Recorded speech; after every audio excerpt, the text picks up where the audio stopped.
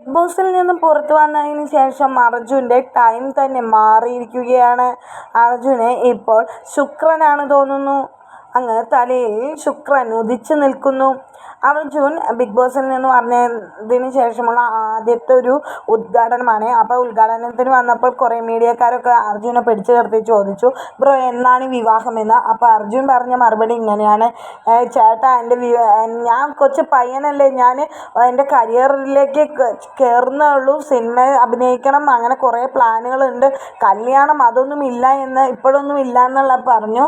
അതായത് അർജുൻ ഭയങ്കര വിനയത്തോടു കൂടിയായിട്ടാണ് സംസാരിക്കുന്നത്. ചേട്ടാന്നൊക്കെയാണ് ഇൻ്റർവ്യൂ ചെയ്യണവരെ വിളിക്കുന്നത്. ശരിയാണ് അർജുൻ പറയുന്നത്.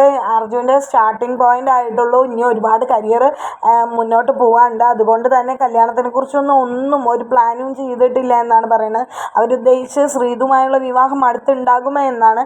അതിന് അർജുൻ നല്ലൊരു മറുപടി തന്നെയാണ് പറഞ്ഞിട്ടുള്ളത്. എന്നിട്ട് അർജുൻ പോവുകയാണ് ചെയ്തത്.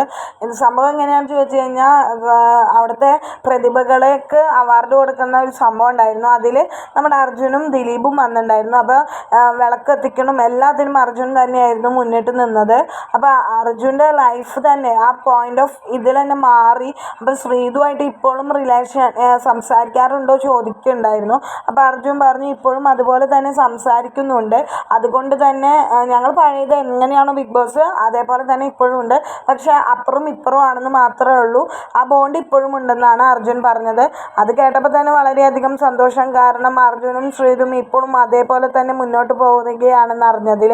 പിന്നെ അതേപോലെ തന്നെ അർജുനും ശ്രീതുവുമായിട്ടുള്ള പുതിയ അടുത്ത് ഇൻ്റർവ്യൂ വരുന്നുണ്ടെന്ന് കേട്ടു. നമുക്ക് കാത്തിരിക്കാം. കൂടുതൽ അപ്ഡേഷനുമായി ഞാൻ വരുന്നതായിരിക്കും.